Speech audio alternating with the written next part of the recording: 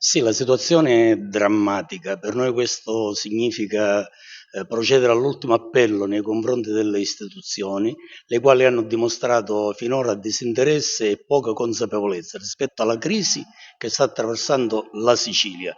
Potremmo snocciolare i dati che sono quelli del 60% in meno della produzione di grano, l'80% in meno del foraggio, 2000 ettari di agrumeti in via di abbandono, e peraltro le aziende zootecniche stanno soffrendo maledettamente la sete e gli animali vanno alla macellazione anticipata.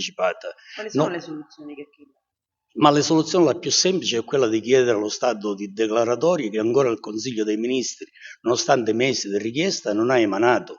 Da lì la conseguenza sarebbero tutti gli interventi di deroga e di sospensione di mutui, tributi e tasse che gli agricoltori si aspettano. Inoltre un piano straordinario di interventi che preveda soprattutto finanziamenti diretti agli agricoltori per poter compensare la perdita del reddito. Ipotesi in cui tutte queste cose succedessero, quando l'agricoltura siciliana potrà ripartire?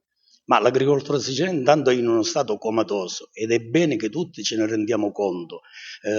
Abbiamo anche difficoltà a poter avere un'interlocuzione con i governi che dimostrano molto disinteresse e distacco.